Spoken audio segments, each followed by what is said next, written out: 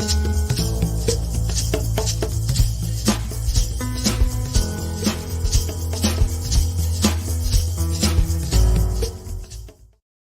there's Auntie bopping around. Welcome, everybody. Gardens, the Untold Story.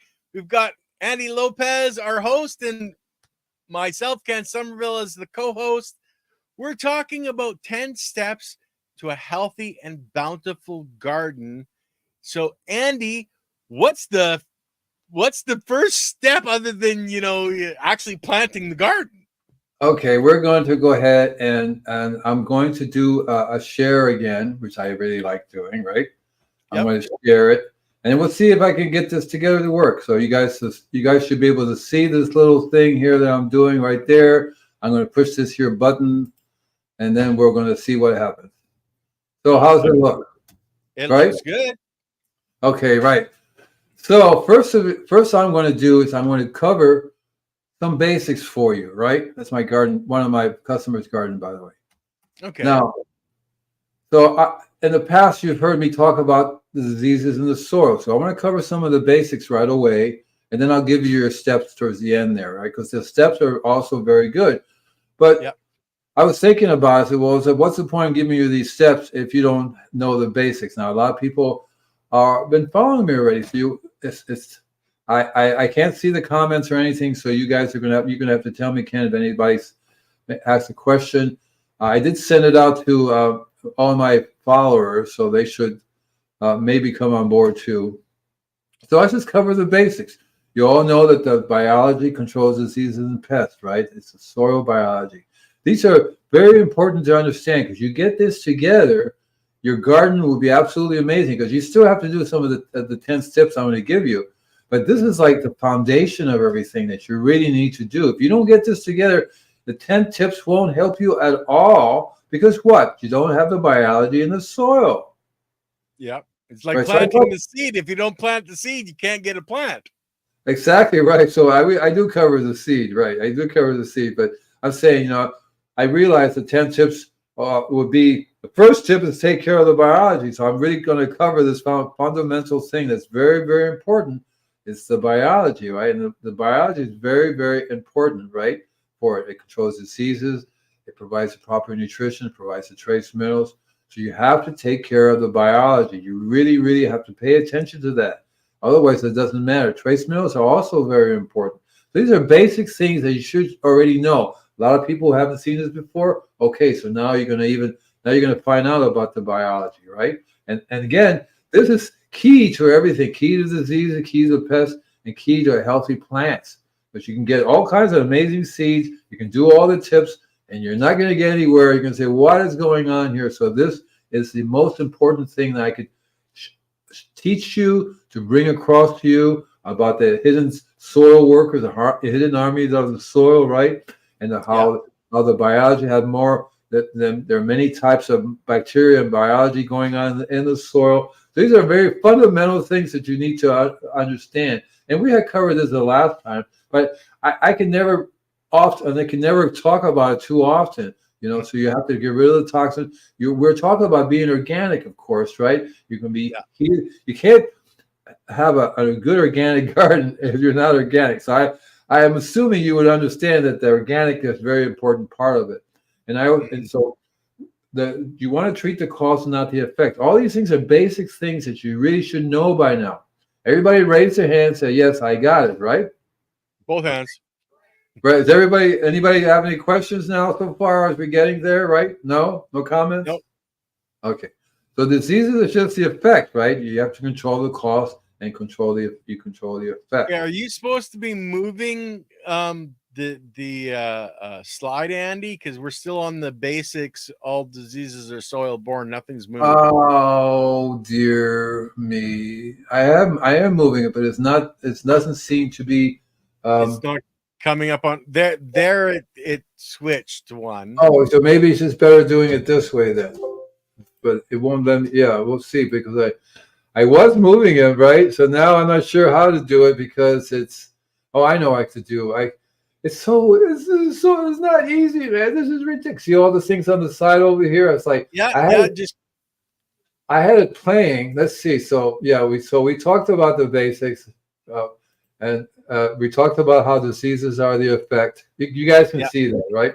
Okay, Yeah. so you're just gonna have to look at my inner steps. So here are the steps. Okay, the tips. Tip First one. Yep. is what you said. The seeds are important, and you can't just get crappy seeds and expect healthy organic plants. So heirloom seeds are called that for a reason, right? They're always Yeah. organic and they've been grown for centuries organically. If you buy a chemically grown seeds and try to grow it organically, it will not work. It doesn't have the biology to work. As you say, the biology is on the outside of the seeds. Well, they're stripped of that biology if they're chemically grown. They're sprayed, fungicides. What does a fungicide do? It kills the biology. Yeah. Actually, there she is. Great comment. Oh, the best choice. I was just talking yesterday to a lady who wants to do a garden. I said, you have to get a greenhouse. Oh, she says, go to the store and I will buy the stuff from this nursery. Even if the nursery sells organic stuff, they're usually not the best. You don't have a wide range of variety of plants that you can get, that you can grow. I have a seed bank here that literally has 100 different varieties of tomatoes, right? 100 different varieties of peppers, 100 different varieties. And that's so cool when you can grow so many different varieties of stuff. I mean, beets. I can pick a yellow beet, a green beet, right? And so the seeds are very, very important. That is probably one of the most important things. You see all these different varieties that you get, and there are plenty of really good heirloom seed companies out there that you can tap into. You just have to type heirloom seeds. You're going to see tons of them show up. I use a couple of varieties, and what's cool is that you can get seeds from around the world. Now, one thing I want to point out to people is what's called nicotinoids. I can never pronounce it right. Yeah. Make sure whoever you're buying your seeds from is not using that. That is a chemical. It is going to harm you. Period. Well, I don't understand how they could sell organic heirloom seeds and use that. Because I don't think they're being through the organic seed companies, but people buy seeds from Walmart or wherever. Right. So just be careful. Look at the packaging, and if you see that, don't buy it. Put it back on the shelf and walk away. If you buy from Walmart, if you buy from the nursery, they're not heirloom organic seeds. Yeah. So if you have to get it from a company that says these are heirloom organic seeds, otherwise, you go to Walmart, forget it. Go to Sears, go to any nursery, and even the seeds there are toxic.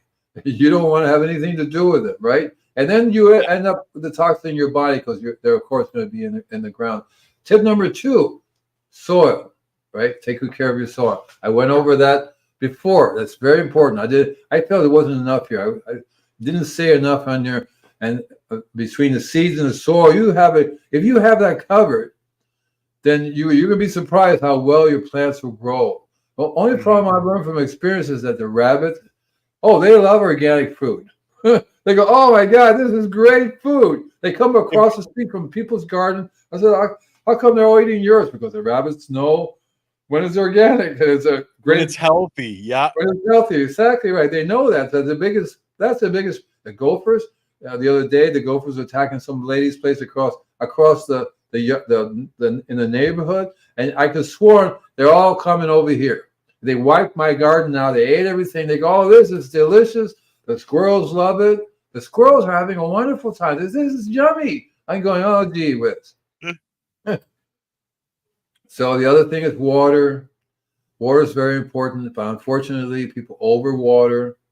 Overwater. I tell people the soil biology is not very good at swimming, and you want to filter the water out.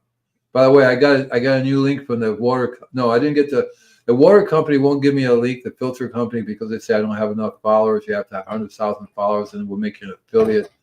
But there's a really good water filter company. It's only $1,900 as opposed to $10,000. You can find for a whole house, right? Yeah, for the whole property.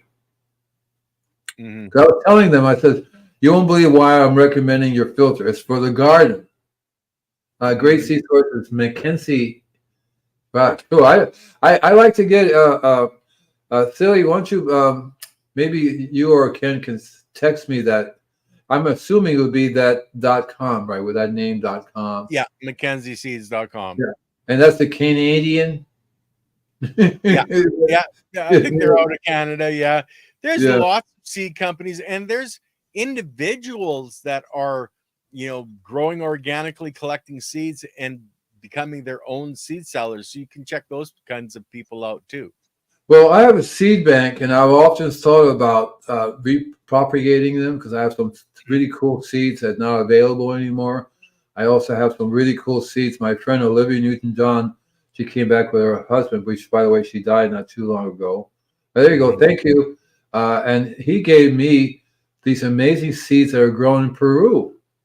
Oh, right on. Only available in Peru. The corn, the cereals are there, the grains. I mean, I grew one corn. It was like 12 feet tall, and the corn itself was like at least a foot and maybe half 6 inches wide. And it was the strangest color, and the corn was really, really, and the bricks level was through the roof. Cool. I like to try to grow. That's one thing I'll probably will start here soon, because I think they've never been grown in the United States before. Mm-hmm. And so, of course, you want to be able to plant the right crops for the right area that you're in. So that's why they have these zones, zone 1 through zone 10. We're zone 10. I think I'm zone 3 or something. Yeah, exactly right. So you can't grow those things that would grow in zone 3 over here. It won't do it. Yeah. And one of the cool things about it, you can look at what similar other countries are the same kind of zone at, and those are the ones you can grow. So I've been getting stuff from Japan, believe it or not. Now, the problem with getting from other countries is that they're not as regulated with organics as we are here. In England, they are, so you can find out the right countries. But if you're buying seeds from China, there's a good chance that they may say organic and they're not, or they're sprayed. They don't have the organic certification. So you have to buy it from personal people who say I grew these myself, and I didn't use any chemicals. So when I was in Costa Rica, I got a whole bunch of seeds from there. In Central America, they're really cool. But you have to know your grower. That's very important. You have to know who grew it, because they'll say whatever, and next thing you know, you're buying these chemicals, and you can if the seeds are purple on the outside, that's not the right thing, right? Yeah, they've been coated, right? Yeah, there's something going on with those seeds, and you don't want those. And remember that they coat them to basically kill biology. So if you put those in the ground, you're destroying the biology you're trying to bring back in your garden. Yeah. There is a flip side to that, Andy, because if you're growing the plants chemically and collecting those seeds, the biology that's supposed to be in the seed from the mother plant was never in the mother plant, so it can't be in the seed. So you can never get a truly healthy, vibrant seed. So that's one of the reasons we really tell people heirloom seeds, because they're growing in soil, they're growing with biology. You're going to get the biology in the seed that is necessary for health.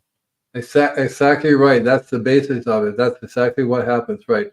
And a lot of times people, what's really weird, they buy heirloom seeds, yet they chemically fertilize, they chemically treat the soil, and they're basically just killing the biology, the reason why you buy the heirloom seeds in the first place.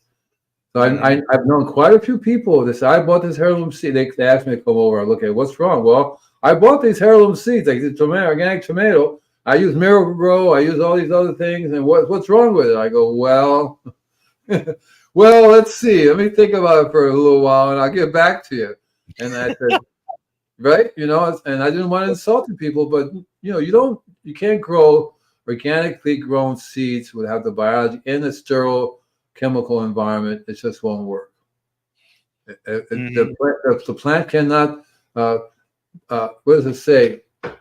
Organically grown seed produces hardy, robust plants already adapted to organic growing conditions. One of the ways, reasons why I have a seed bank is because when I used in Florida, for example, I would grow like 5 batches of five tomato plants, different varieties. And then I would always take one of those tomatoes and dry it out and get the seeds from it and grow that again the following year. Yeah. And I found that every year that I do it, they get better and better and better. The seeds become adapted to that area, especially if they're grown organically. They do really, really super well. That's what I'm trying to do here. Again, started, but right now there's no hardly any biology in the soil. It used to be a road that we got dug up. My backyard was a little road running through here, and it's like got this gravel. It's got this sand. It's not even sand, and it doesn't. You know the name of it. What's it called when soil can't hold water? It's hydrophobic. Right. Right. So that's what's going on here. So I bought some compost. I tried to blend it together, but this stuff just does not hold water. The only solution to me is to bring more and more organic matter, more and more compost, right? More. The problem again I'm having is I'm not able to make my own compost, so I have to rely on buying compost other people make. Not very good stuff.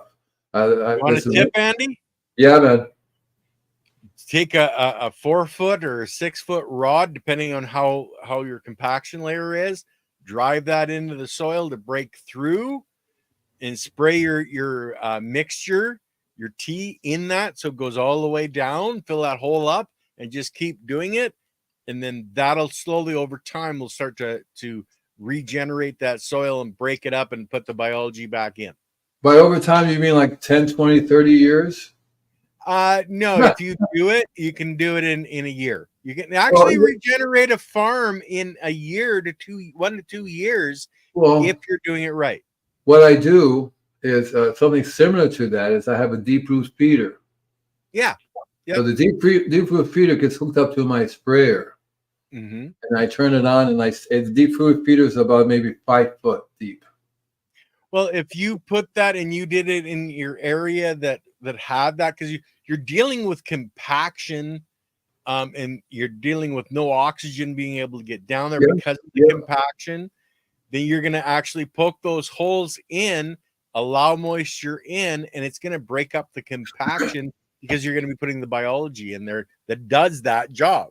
Well, it's interesting. That's exactly what I do at customers' places. I said when I come home, I said, I don't want to do that because it's really a lot of work. So I have to basically get a higher labor, because what I used to do is I get my body because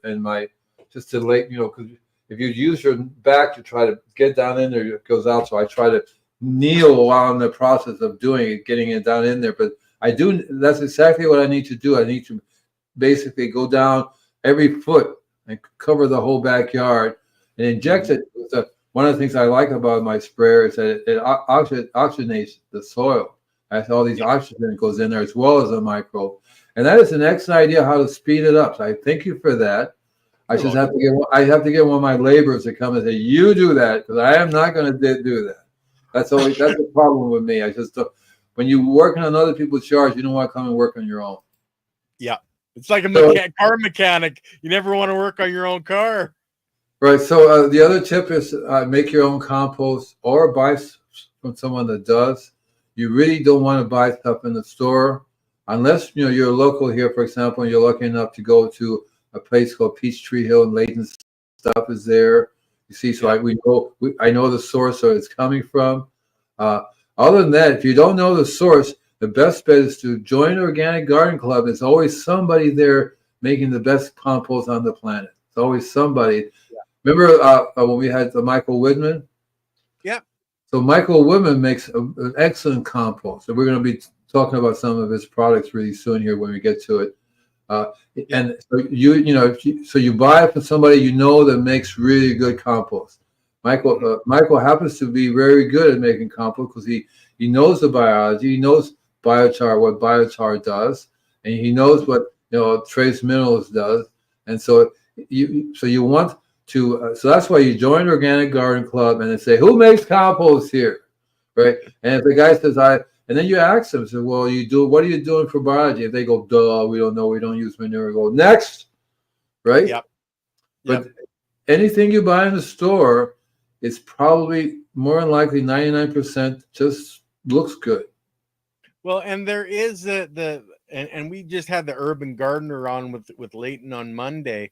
What Uh-huh. he does, he buys that soil, he throws it in a pile outside, so it's on the ground, but he doesn't use it for months. So he's literally allowing the biology to populate it. He's mixing his compost with that soil, and then he uses it. So if you're buying bad soil, like myself, when I started my cannabis grow, I actually bought cooked soil. So run through a furnace, all the biology is gone.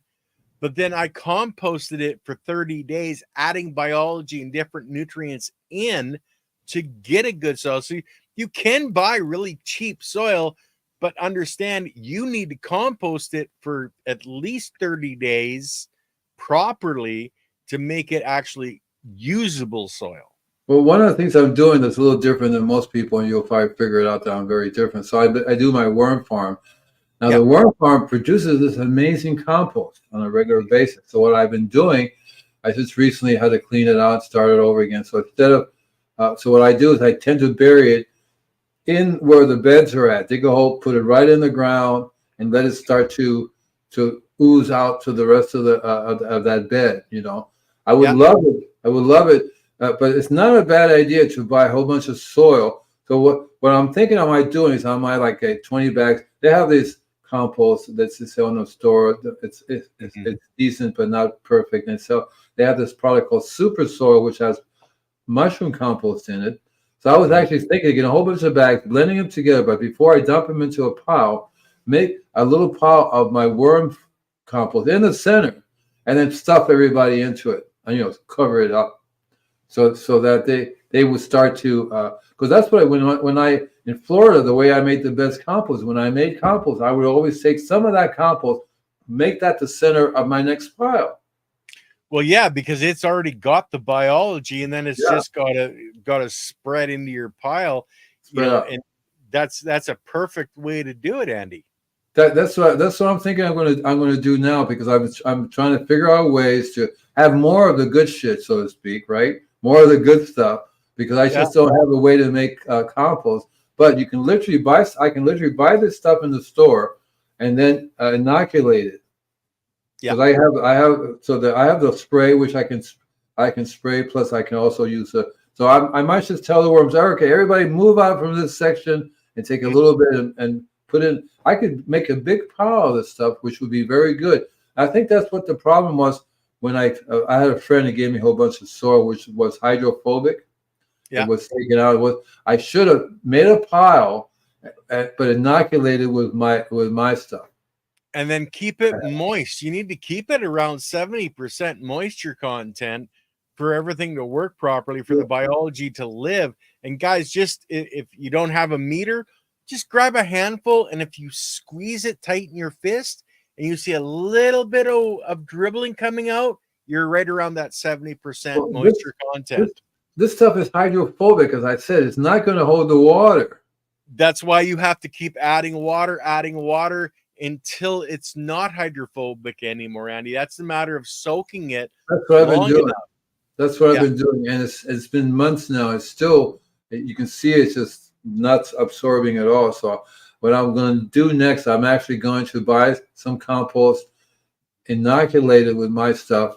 A big pile. I think I'll put a big pile of it right where the beds are, right where they're going to go, and let the pile inoculate the area. Yeah. I think I think that'll really work really well. I need to figure out a way to highly inoculate all this soil that I'm buying really fast, so that I can put it out in the garden. And I think that'll work. That'll work really well. I'm going to actually going to do that. The biggest problem I'm having, of course, is right now I have gophers are having a great time. Rabbits went through the family of squirrels showed up one day, and mother and dad are sitting there, and then the kids are running around. Oh, look at this lettuce. Oh, look at this tomato. Oh, look. I'm going, holy cow. Hey, kids, you missed it. Oh, they went over there and ate the arugula, and they ate the basil. And I'm going, gee whiz. And they loved it. They went, oh, this is delicious. I'm going, thanks a lot. So I'm not going to kill them or anything, but I'm just going to have to talk to these guys. Oh, we talked about the comp. Of course, this is rock dust.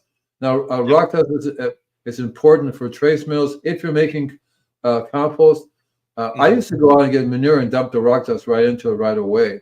So I'm Yeah. not doing that anymore, even though I do know of a lot of sources of manure. But I'm tempted to bring a truckload, but it'll smell up the yard, and the neighbors will go, "Oh, Andy's making this compost again," Yep. which is Yep. which is a no-no if you have neighbors, right? And they'll smell it. But I So might just another way to inoculate, Andy, is with some of your worm castings, like you just emptied out your worm bin. You can use some of your worm castings in there too for an inoculant as well. But what I'm going to do is I'm going to make some bins. Mm-hmm. I'm going to layer it. So I'm going to get layer the compost with my stuff, a thin layer of it. At the same Yeah. time, I can also inject it with the deep root feeder right into the bin to Yeah. give it. So normally you have to provide moisture. This will be the moisture that I put in my tank, aerate it, and put it in the bin, and aerate it will grow a lot faster. A lot As of times, long as it's in the shade and isn't using evaporation, then you can, do that and keep the moisture. That's one of the reasons things go hydrophobic is the moisture, the wind, especially in California. You get that dry wind, it just sucks everything out, and it's really hard to keep things moist, right? so I'm going to have to make the bins in the shade, in a shadier area, because Or the put lady, shade cloth or something, yeah, right? lately it's been like 100 degrees over here, Yeah. and that's part of everything dries out super fast. The wind comes through, and you go, well, it's dry again. That's why So you're putting moisturizer on that pretty face of yours, yeah, Andy. yeah, moisturizer. Okay, so this is Michael's biochar. That's Michael's hand right there. Hey, Okay. Michael. So the biochar is really very useful I add it to my worm bins, and as Yeah. soon as I can, I'm going to be adding it directly into the garden. But what I'm thinking of doing is inoculating it before I put it into the garden. Oh, you have to, Andy. If Yeah, it's not full of biology, then it's going to take the biology from uh, your soil right, until it's full, so you can get a really bad crop the first year. So yeah, inoculate it in your compost pile right. first, 'cause that's where you have a massive biology. I'm already adding it to the worm farm. Yeah. That's a couple of layers of the biochar to the worm farm. So I'm expecting this particular batch to come out to be very, very highly storing a lot of the biology that I can then put out into the garden. One of the things that I'm doing as part of my business, I'm taking this stuff. I call them tree vents. So I place them in these clay drain pipes around the roots and put a lid on them. Mm-hmm. And my belief is that it increases the biology and the root systems. And I have a drip system and a filter to filter out the water because they do tend to dry out really fast. And I tell people, you have to have a drip system on a timer. You can't rely on yourself to get there because you forget it for a week, they dry right out, and everybody dies. I get nasty letters from the biology. You killed us. Our children was doing so fine. All of a sudden, look what happened. So Yeah, and that's going hydrophobic. look what The I did. biology goes into cyst. I must have been really stoned that day. Tip 7 and tip 8 are the same one. Gee Oh whiz. no. Gee whiz. And here's this is wood vinegar. If you don't know about Yeah. wood vinegar, I would definitely start using this in your composting process. I love specifically Michael's Blue Sky wood vinegar. So, 'Cause I was guys, buying- anybody that's really interested in wood vinegar, we've had Michael on with Andy and myself, so you can go back and watch the videos. Just search on the channel. yeah, I'll tell you about it. Blue Sky Biochar, and you'll be able to find out in detail. Right. Plus, if you look over here, you'll see it says Blue Sky. I don't know what to say on the artwork there, but if you looked up Blue Sky, you'll be able to find his biochar. You'll be able to find his wood vinegar. You also have. And the other thing I want you to do is to learn. This is Michael's kit. He sells a refractometer. I think it's $99. A scissor, a way to cut it, a way to use it. If you learn how to use a refractometer, it'll tell you visually if you're doing the right things for your garden. If your tomatoes are high Brix level, you know you're doing the right thing, and that's important. You want to have some type of herb. Usually I don't. I stopped using a refractometer only because my tongue is a much better indicator of Brix levels. Right? I can tell you what Brix level is just by eating the stuff. So we want to make sure that everybody knows that it takes a while for your biology and the roots to heal. So it isn't going to be an overnight thing. One of the things you want to learn to do is foliar feed your plants. And the compost tea is very important, but it's also important to use the right compost. The most amazing compost makes the most amazing tea. Simple as that. If your compost is crap, so to speak, your tea is going to be crap. I know a lot of people that make compost, and you look at it. If they were to send it to a lab, there'll be nothing in there. Nothing. It's like they don't understand that it's biology. The little guys you want to keep alive. I used to have a friend that would make compost in bags. It would sit there for months in the heat. Yeah. And I would tell him, you just killed everybody. Everybody's dead. So what's the purpose of having compost with dead in there? It's just the soil. It's just basic soil. You're still going to have to bring the biology back in. And I love using C90. I talk a lot about that. It's 90 trace minerals. That's going to get you all the trace minerals. I know we have to do a contest soon, right? Yeah, we're gonna give Andy's book away again today, guys. So let me just bring a giveaway tool. So let's see, Gardens the Untold Story. What do we want to have the people put in, Andy, for the code there? Hashtag what? Invisible. Whoa! Spilling my water. Glad it wasn't on my keyboard. Invisible. Oh, that's too hard for people to spell, Andy. How about garden? Okay, hashtag garden, guys. Yeah, so, people have a hard time with invisible. They spell it funny, I know. They also have a hard time with gardener. They just spell that wrong too. Well, that's okay. I just put in double E garden. Okay, so enter. Hey, so hashtag garden, guys. So put that in the live chat, and you have a chance to win Andy's book. So yeah, so there's so much in your book, Andy. Just give us a little brief go over on what people are going to find out in your book, because it's 2 books in one, guys. By the way, 2 books in one. That you get Dances with Ants. It's a really cool way to control ants. I call it Dances with Ants because I saw Dances with Wolves. You literally learn how to communicate with the ants. You literally understand that ants are Mother Nature's gardeners. They're supposed to be there. You will never get rid of them all. There's a movie called The Ants, where they blew up everything, atomic bomb, and at the very end, you had giant ants running around. That didn't work out too well for them. And then in the book, this is the best one. This is number 21, the best one I've ever written.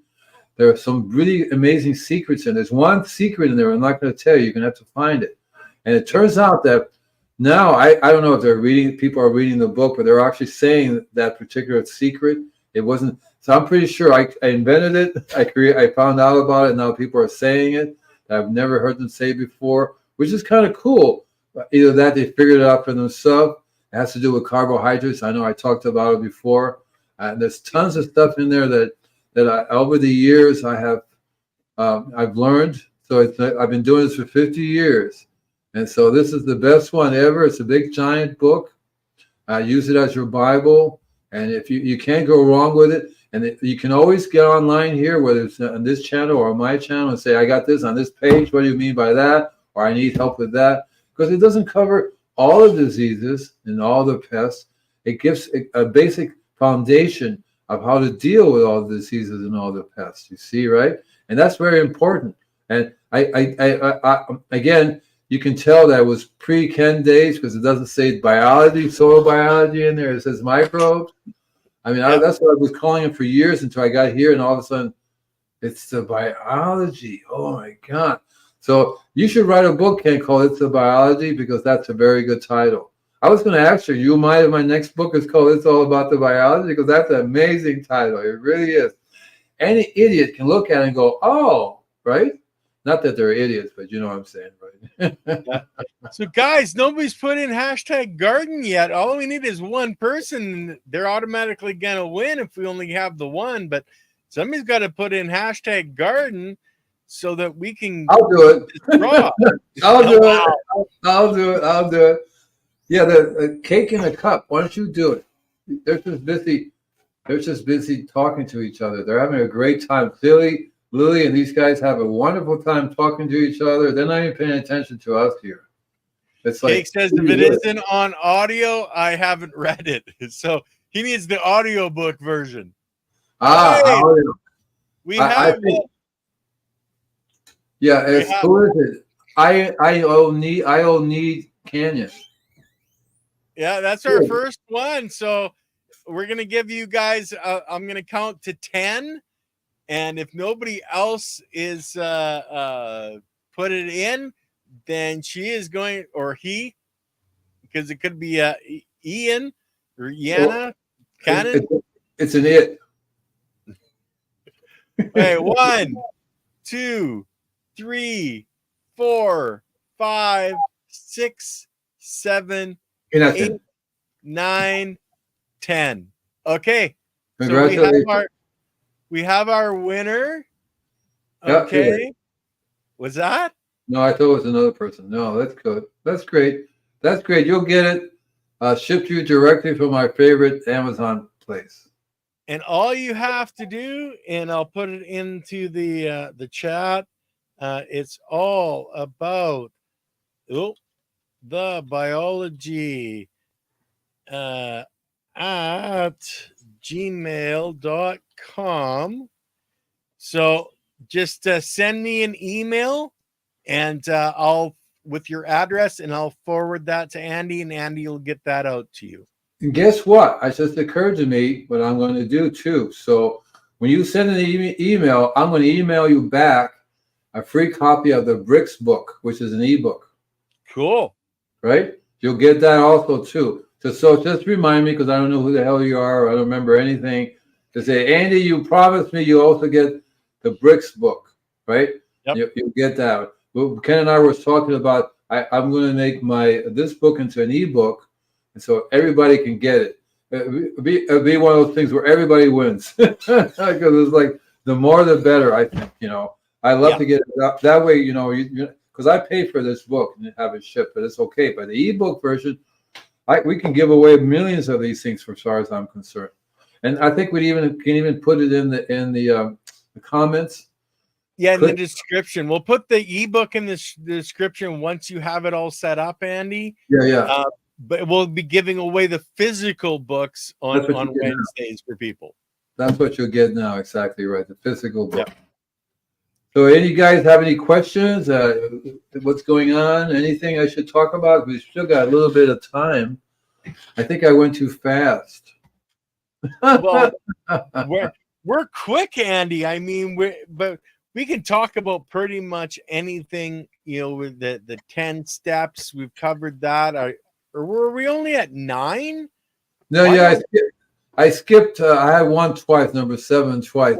Right. Yeah. I really had talked about a lot more steps in the beginning, because the biology is the most important aspect of everything, and the soil. And so when we talk about the soil, we're always talking about the biology of the soil. But it's also important to have the right structure for them to live in. So if you have no soil, you're not going to have any real biology in the soil, because you need soil to have the biology in. So that's a very important aspect of wherever you live at. I know over here, it's the people living in Ojai, they have rocks that they're growing in, and they're using chemicals. And so, with this, and the thing that's interesting too is that, okay, so let's assume that they have rocks. You can actually make a liquid, which is what I do, and I spray the biology onto the plants, and they get the food. But my feeling is that it's like intravenous feeding. You still have to have the stomach, and that's one of the issues about hydroponics, for example. Is that a stomach? Is that liquid a stomach or what? Right? You know what I mean? So it's a learning process, but in the long run, as long as they get the food, that's what counts. As long as they get the nutrition, and so it's not as important as you think. if you don't have any soil, as long as you learn how to foliar feed, as long as you learn, you can have a worm farm, make a liquid out of it and spray, which is what I do. Yeah, the So, foliar feeding is really really important for the health, but the true health is to get that biology into the soil and let the soil biology break down what's in the soil to give to the biology in the plant to build the plant. so it just occurred to me the most important tip, the most important secret, because I always watch YouTube and I say, wait until the very end, we'll tell you the secret. Well, guess what? You want to start your own worm farm. It's so easy to do. Especially, well, I don't think you could do it where you live, Ken, unless you do it indoors. Yeah, we have to do it inside because it gets or let's see, what's -40 and up here is -40 Fahrenheit, -40 Celsius. So we Holy get cow. those temperatures. Yeah. Holy cow, right? So worm cows can go a long way. You make a tea from the compost. That's silly. Yeah. She's so cool. Well, Yes. yeah, what I do is I make an extract. So I take, a couple of handfuls, I put it in a pair of pantyhose, and then I put that in water and I massage it, and that in order to get the biology off of it. And the water turns like this milky chocolatey color. Then you take that and like I went from like a few handfuls to like 25 gallons that I can spray. I can cover almost my entire property with that. What I do is I make 50 gallons. So you have like a cup of this, whether it be the worm compost or some really good compost, and that'll make 50 gallons really easy enough. Yeah, easy enough. And then you can bubble it. You can add. So what I do is I add Granny Smith molasses, which is very very rich. Yeah, blackstrap molasses. Blackstrap molasses. Add a little bit of water. Bubble, bubble, bubble, bubble, bubble. It doubles and quadruples the biology, and then you spray that. A lot of places that I go to and spray have zero soil. They're just growing in something like clay, some subsoil is clay, something really hard. You have to have a brick, and if you have to have a pick to get to, how the roots are. They don't have picks, so they're sitting in there going, the leaves are falling now. I just added some to my worm bin. Moved. See what Ion Canyon said. Yeah, let's see. So glad leaves are falling now. I just added some to my worm bin mixed with unfinished compost. Yeah. The leaves are absolutely amazing. You're going to find so many different. I found a good source of oak leaves. I love using any type of leaves. I let them dry out before I give them to the worms. Then they don't like it if it's too. A lot of times, like eucalyptus has an oil in it. They won't like that too much. But if it's if it's dry, that means the oil's gone. But the biology's still there. And considering, Annie, the biology that built the cells in the leaf is literally the biology that once the plant has passed on is the biology that turns around and composts it, breaks that cell back apart into its component parts to give back for the next generation. It's Mother Nature had this all figured out right. billion years ago. And that's exactly what we want to add to our compost. We want to make a tea from.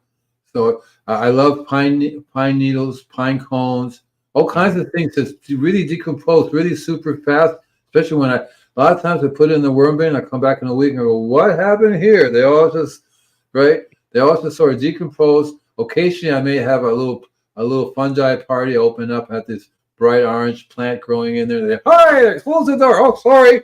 Hey, turn the lights back off. We're busy down here, I would ask you a simple question. So all of a sudden there's this really bright orange fungi growing there. My instinct would be to take it out and maybe put it in the garden rather than leave it in the compost bin. Is that wrong, or should I just let it just continue? Because it will take over the whole bin if I leave it there. And it'll kill the worms, don't you think? To be honest, a bright orange fungi. Oh yeah, it was bright orange. The other day, once it was a super yellow one, yellow one.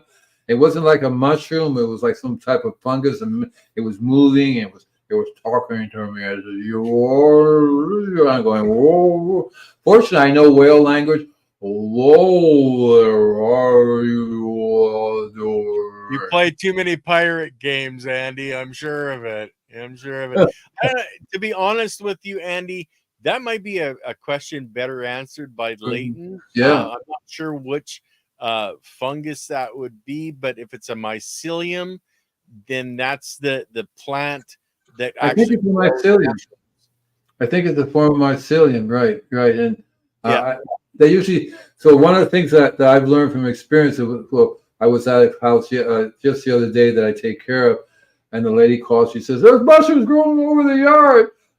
My husband's been picking them up and throwing them away." I said, "What are you doing?" I told you that I'll be spraying, because with my liquid, it's got lots and lots of mushroom spores in it, all over the place. And when they start to grow on people's property, that means that the soil is starting to come back to life. And I tell them, leave them alone. No, they're not the psychedelic type, and your dog's not going to eat them, but leave them alone. They're not dangerous. That's one of the things I always want to make sure I don't grow anything that are toxic. Yeah. So the mushrooms I use are very clean spores, but they're not the type that can get people sick, because the dogs might eat them. I don't think dogs are stupid enough to be chewing on this stuff, even though they might be smart enough to eat it if it's very good for them, right? Yeah, and you got to consider puppies as well, because puppies they're like kids. They want to shove everything into their mouth so they can get sick. But yeah, most of the time, or 99% of the time, if it's a natural thing, it's not going to be that toxic. But then again, it can be very toxic to animals. That's where, it's a catch-22. Like I raised dogs. We did have an issue where we had puppies eating mushrooms and they got indigestion. It didn't kill them, but it gave them indigestion and diarrhea. But on the majority of humanity and where we are in the world, you're not going to have an animal that's going to consume something that's not going to be healthy, or they're going to have one taste and stop. Right. Puppies and small animals can have a problem. So what I tell people, look, just get a rake and rake them into the ground. Yeah. Break them up. up. The problem of anybody eating it, and we do want them to go back into the ground, and that's really cool. I went to another place. They started watering a lot. They got a filter for the property, and all of a sudden, all these mushrooms are popping up, little tiny white ones all over the place. And then we're going to throw them away. I says, no, just get a rake and rake them in. Yeah. And now you still see some of them, but not as much. And I had one weird thing where this guy says, there are worms everywhere. I have to get something to kill the worms. I go, you're kidding me, right? I mean, the guy literally wanted to go around killing worms, spray something to kill worms. That's it. And you want to be having organic garden. Well, worms are no good. You're kidding me. So I tried to explain to him that worms are actually good. That lots of places. When I first start with a new customer, I tell them I'll give you $100 for every earthworm you find. So that's how bad it is. It's not a single earthworm on the place. That tells you there's something wrong going on there, right? I remember in Florida, there's no way you can dig without in my garden. No way, no place. The problem with digging is you would cut them in half.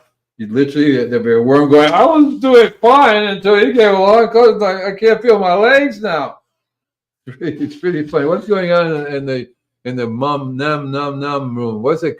Cake in a cup. What's he saying? They're talking about things that to eat. Like Lily was saying, molasses. She has it on toast. Granny molasses. I love the molasses because it's rich in iron, rich in calcium, rich in magnesium, phosphorus. There's about 20 other different ingredients that it's rich in, and so that's what we want. See, right? B6, potassium, calcium, iron. Exactly right. I like the granny, and if you're adding it to your liquid, you're also increasing those minerals, and it's an easy, really simple way to feed your plants these minerals, because they need it as much as we do. But when I take a tablespoon, my problem is I tend to maybe and I feel like the sugar rush. I go, yeah, big time. my voice, my voice goes like this. I start talking like Mickey Mouse. Oh, boys and girls. And they know, people know, oh, Andy's had too much molasses, too much sugar. Oh my God. Just like a little kid, Andy. You just go Yeah, freaky, yeah. you know. Yeah, I'm a freaky dicky. Freaky dicky. Yeah, I'm really, Well, I know really. my brother brought his daughters over for me to babysit, and I sent them home with probably 2 pounds of sugar in their bellies. I never had to babysit a second time. By the way, Coke in a cup mentions beer. Beer, if you buy organic beer, it's an excellent thing to spray on your plants. You just don't spray straight because you'll get too drunk, you'll die, you know. But usually, what I do is depends on the customer when I'm spraying. So sometimes I would take like a bottle of beer, put it in 50 gallons of water with my mixture, and bubble it through, and bubble it through. And I know the biology loves it because you can see them. Yeah, they go. It's the yeast in it. Exactly right, and they go nuts with that. And so a lot of times I used to buy yeast, but then I realized that beer is a good fermented product. It's sugar and it's got the yeast in it, and the microbes love it. So I don't. And the crew was talking about. I'm not sure if I'm going to pronounce this right, but Vegemite, and it's a byproduct of beer. I think it's something that the Jamaicans or something. Yeah, I know what Vegemite is. I know what Vegemite is. It's very, very nice to add to your food. It's hard to get. You have to be able to know where to buy it from. But yeah, it's very, very good. Plus, that's anything that like that also be very good to make a liquid of and spray it around. You'll find there's tons and tons of stuff that you can really spray. Lately, I've been buying these mushrooms, adaptogens you add to your coffee, stuff like that. Heck with that, I've been spraying it. I've been spraying them around, and I can tell that they are effective because a lot of times that's the only thing I would spray, and you can see the plants green up. They go a bluish green purple almost immediately. You go, wow, look at that. Cool. You can tell that they immediately absorb and it immediately goes into their system. And I love it. It's great. I give it to my tomato plants. Right now, I don't have any tomato plants because they've all been eaten. Every single tomato plant have been mushed down to the ground. I was sitting there just yesterday. It starts to shake and it goes in the ground. I'm going, okay, see you later. So, they have cartoons they made about that with all of a sudden the plant shaking going poof down in the ground. What I'm doing is I'm using castor oil. I talked to you about castor oil, did I? Right. So castor oil can be added. Castor oil can be added to a little bit of soap. I use Castile soap, make a liquid and spray it, and actually spray into the tunnels, spray around the plants. So I found that the squirrels will not eat that. So I don't want to use any poison, but I can spray my plants with this really nice castor oil mixture, and it doesn't bother the plants. The only just thing is you can't spray when it's like 80, 90 degrees, 100 degrees. You can't spray anything. You can't even spray water because water still burns the plants. Well, the crystallization focuses just like a magnifying glass under the sun. It just puts that pinpoint of heat and it just kills. That's how one way how I got my name, Invisible Gardener, because I would literally be spraying at night in Florida. It's never gotten really super cold, but I've learned that by spraying at night, they have the whole night to be alive because when the sun comes up, it dries them right out. It literally kills them on contact because that's the way it is. In the forest, you're in the shade and they survive a lot longer than in the sun. And in the valley here, it's like when it's 100 degrees, even spraying at night. So what I do is I have my deep root feeder injected into the soil. One of the greatest books I've ever read was called Lazyman's Guide to Gardening. Okay. It's an excellent book. And his secret is you keep the water below ground. Keep all the water below ground. You don't do anything above ground. No water sprayed, right? At the place I was at today, the lady spending $3,700 on water bill. Ouch. And it has this overhead sprayer, the bubblers. And I said, that tree is dying. And I said, look at the trunk, because the trunk is soaking wet. I said, think of it as having your socks wet all the time. You're not going to like that too well. And so, just to tell them, like, put your hand in water for the next half hour and see what happens to your flesh. It's good. What's happening to your tree? Exactly right. So, and this lady has 50 fruit trees. They were paying for this, and this company was organic. They were using compost tea, and they were making compost. But the plants had so much problem. So either, of course, they were overwatering, but if they were spraying compost tea, it shouldn't be so bad. So it tells me that the compost is not exactly the best either. So I'm bet and they talk a little bit about biology. So I'm wondering what they do, and I'm betting anything they're using horse manure for the source of biology as opposed to having a wide range of other types of manure. Because I've learned you want to have, like in Mother Nature, you don't want to have Mother Nature is one of the amazing recyclers, but she blends everything together. Everything all blended together. You have horse, sheep, rabbit, deer, dinosaur. You have all kinds of stuff. It's all blended together, and there's your biology. And that's the stuff you really want to be spraying. So hopefully I'll find out tomorrow if they're going to hire me, because one of the things I will be doing is spraying the heck out of everything.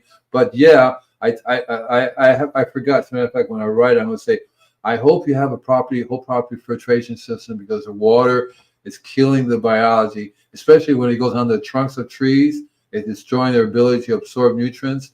It literally blocks their ability to absorb nutrients, literally, because you can see, I was looking at all these citrus. I have 30 citruses. All of them have this disease. When it curls up, leaf miners. When the bugs are attacking the plants, it's food for the bugs. Yeah, it's not healthy for us to consume, that's for sure. What is this? Coke in a cup. New York is rich in vitamin B2. What is Coke? Oh, Coca-Cola. Or unless he means the other Coke. Is he saying cocaine is rich in vitamin B12? Is that what he's saying? No, I don't think so. I think they're talking nutritional yeast. Wait, it says Coke, or is that cake? That's cake in a cup. Cake in a cup. No, that's the guy's name. That's his name. That's his name. Yeah. But Bragg's nutritional yeast is wonderful for plants as well. Right? Yeah. It's very, very, very good. Even though I'd stopped using it, I'm glad you brought it up, because it reminded me. One of the things I want to start getting again, because I could add it to my liquid mixture. My liquid mixture is sort of like a voodoo thing. So you just blend all these things.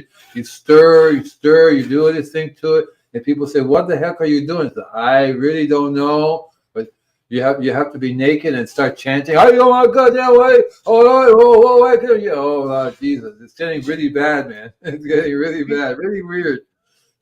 I used to have really long hair, and people say, "Oh my God, he's running around." I did one show called Gardener Gone Wild, and I was in really tight. I was in Speedos, Speedos running around spraying. At night, that's even weirder. Okay, it wasn't at night, but it was really super early in the morning. It was really super early in the morning, so you want to get really good at and inventive at making these amazing liquids. And the more amazing the liquid is, the more the biology is. Right, the more amazing the biology ends up being. So simple things like brewer's yeast, simple things like molasses, you'll find that they're very rich in their own biology, but they also encourage biology to eat this stuff, and then you get super biology, right, which is what you want. Yeah. I've often thought it's just selling the biology in a bottle. I just came up with that, right? Mm-hmm. You can't use it. But it won't. The problem with that, Andy, yeah, I know. Biology is alive. It produces gases in its processing. Exactly. Poof. So people have a hard time. I keep telling them, I get calls all the time. I would like to buy a super seaweed. Because I've taken it. It says on the website you can buy it here, but then I stopped selling it because so many times I have to ship it overnight, and in a cold packaging, right? It's like you're shipping Oregon or something. Yeah, it has to be in a cold packaging, because if you don't, shipping life. So Yeah. And so I've gotten many times the post office would say, "Well, your package blew up." They went poof, or they would take a picture when they get it. They take a picture, be all inside of the bottles, all blown up, because it's not a glass bottle. It's like a plastic. It's a special kind of plastic that doesn't. That's a name for it, but it blows up. Yeah, well, I know. That's why I can't send it to you. Leighton has been dealing with that kind of stuff for years. That's one of the things that he does, is finds a way to stabilize these types of products so that they don't blow up. But yeah, it's really complicated to be able to do it in such a way where it's not harming things and is still healthy. But Oh, we're at the 1 hour mark, my friend. oh no, we're not. It's only 6:59. Well, then we got your clock's off. Reset, Andy. Reset. So Reset. Okay, what guys. are we doing? What we got? Why your plants have white flies and how to deal with it organically. Oh, we're doing that next week. That's what's cool. on the list. I want to tune in because I want to figure out how to do that. Well, I hope you're gonna tune in because you're the one teaching us about. Oh yeah, yeah. Okay, great. So see everybody next week. Happy growing organically, of course. Don't forget, thumbs up, make a comment, and follow us. Okay. Take care now. Bye. And guys, for the rest of the shows, there is no show this Friday. Next Friday, we've got Gardner Scott on with me on Conversations in Kent's Cafe. Still waiting for confirmation with Monday's guest for Leighton. But if they're on with Leighton and he's pulling the guest in, it's going to be somebody exciting. So we'll see you guys soon. And everybody take care. And don't forget, it's all about the biology. Stay strong in your biology. Bye now.